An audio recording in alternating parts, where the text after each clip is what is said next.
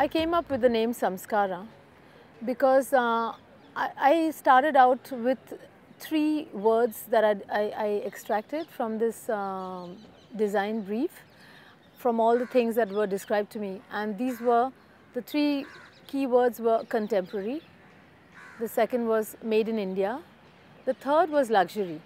So I tried to find that common thread in these 3 issues. So I thought of bringing the name Samskara because Samskara, it is the impression that a certain way of life leaves behind in the subconscious mind. So it's a kind of digested information of a culture that surely whatever I do,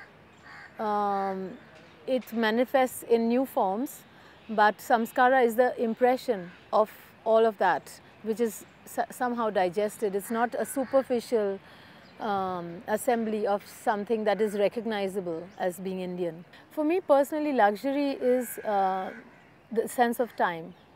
You know, when I have the time, when I can take the time off, when I have the time to connect with myself, and when I have the space that is not filled up with the everyday stuff or all the, you know, if I can be in a space and be in a sense of timeless time where I can have a deeper contact or you know, have the sense to put together all the different perceptions that my various senses are and my mind and all of that, to bring that together, you need time. So I think in today's modernized world and increasingly industrial and automated sort of life that we have, I think if we can be surrounded by things that took a lot of time to make, that took a lot of time to use, and all of that, then I think then we can have the sense of luxuries. And for the Indian context, it is not so rare that, you know, I am sometimes wearing a sari which took 3 or 4 months for somebody to make. And I eat a biryani which took a whole day and maybe a previous day to make, and I'm just casually eating it like it's not such a precious thing.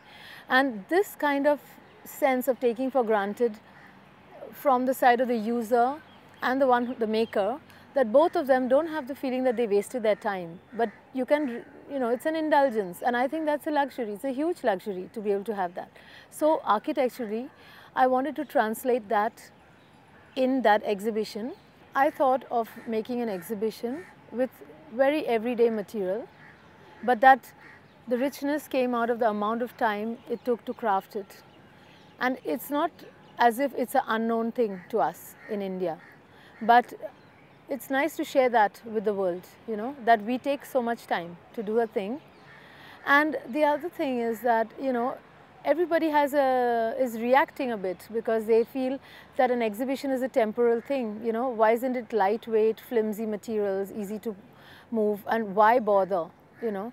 And I think about what is this why bother thing, you know, if you value yourself, and that is a luxury, that I want to be like that every day. I wanted to, in a very subtle manner, create a landscape of materials, of surfaces and materials that took really, really long to create and went through many hands, and that had the participation of many people, and they belong to another environment, they belong to another landscape where this is set.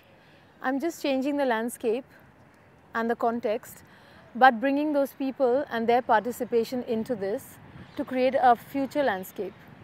It took about 6 weeks to make that modular system of panels and slabs, and it took about a week to bring it here and reorganize it, and we had 10 days to put it together. The rapidly urbanizing landscape is posing a threat on all these skills that people have, and I'm not attached to that old object that they used to make, but I do think it would be a big loss if the capacity to make it with their hands would be lost. So I would like to see a landscape where, with the same capacity, there's a continuous evolution of that capacity in the form of new products that people need to use, and they could enrich their skills, and the people get the access to a much more refined product. So that's the background. I didn't want to displace the granite craftsmen and come to a site where they often have to be brought in order to produce that.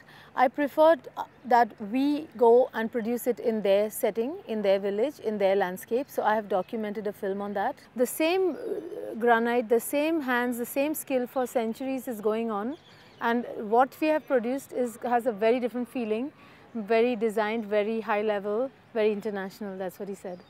And so since I'm trying to create a landscape, I think water belongs to that, the sky belongs to that, the stars belong to that landscape, so that those elements help us feel that we are in the space and not take the stone so seriously, like the materiality of it. So you have to transcend the materials, you know, somehow, and then you can go to the feeling of the material and the spirit of it.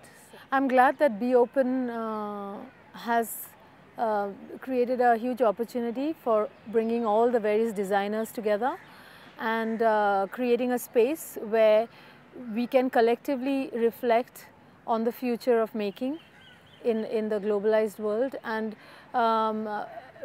discuss the difficulties and the potential that each of us are facing in our own work. And the sheer fact that we know each other now, for example, you know, the other designers in India and all of us, and we realize there is a common ground. And we are convinced that one should keep encouraging that we can still afford to make things.